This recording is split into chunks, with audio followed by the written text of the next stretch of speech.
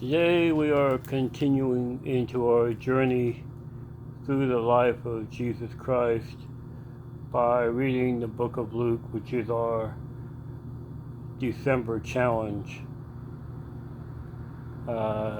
This evening we are reading chapter 15. And I'm actually going to do something a little bit different. In each part of the chapter, it has a little title about what's going on. And so I'm going to read those which I haven't been reading before. Maybe that'll help give some people some context. So the first part in chapter 15 is titled The Lost Sheep. Then all the tax collectors and sinners drew near to him to hear him. And the Pharisees and scribes complained, saying, "This man receives sinners and eats with them." So he spoke this parable to them, saying, "What man of you, having 100 sheep, if he loses one of them, does not leave the 99 in the wilderness to go after the one which is lost until he finds it? And when he has found it, he lays it on his shoulders, rejoicing. And when he comes home, he calls together his friends and neighbors, saying to them," he says, "Rejoice with me, for I have found my sheep which was lost. I say to you that likewise there will be more joy in heaven over one sinner who repents than over 99 just persons who have no need for repentance." Now the next part is titled The Lost Coin. Excuse me. Well, what woman having 10 silver coins, if she loses one coin, does not light a lamp, sweep the house, and search carefully until she finds it? And when she has found it, she calls her friends and neighbors together, saying, "Rejoice with me, for I have found the piece which I lost." Likewise, I say to you, there is joy in the presence of the angels of God over one sinner who repents. The next part is titled The Lost Son. Then he said, "A certain man had 2 sons, and the younger of them said to his father, 'Father, give me the portion of goods that falls to me.' So he divided to them his livelihood. And not many days after, the younger son gathered all together, journeyed to a far country, and there wasted his possessions with prodigal living.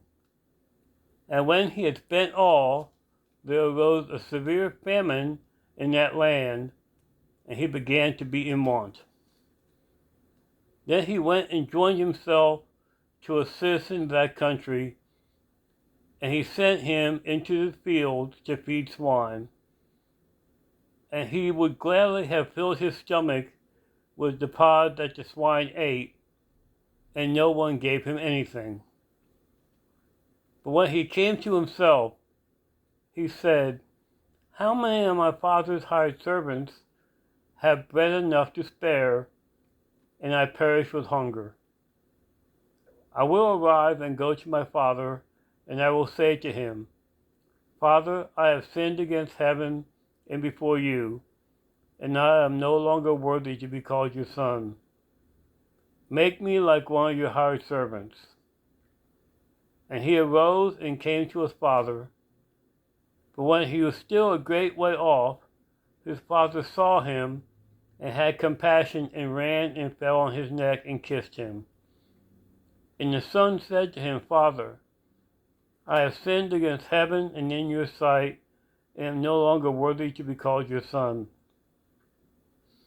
But the father said to his servants, 'Bring out the best robe and put it on him, and put a ring on his hand and sandals on his feet.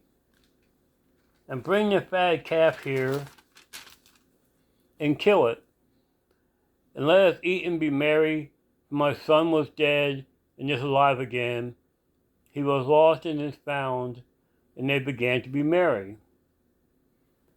Now his oldest son was in the field, and as he came and drew near to the house, he heard music and dancing. So he called one of his servants and asked what these things meant. And he said to him, "Your brother has come because he has received him safe and sound. Your father had killed the fatted calf." But he was angry and would not go in. Therefore his father came out and pleaded with him. So he answered and said to his father, "Lo, these many years I have been serving you.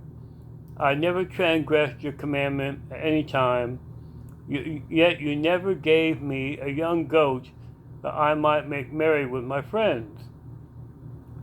But as soon as this son of yours came, who has devoured your livelihood with harlots, you killed the fatted calf for him."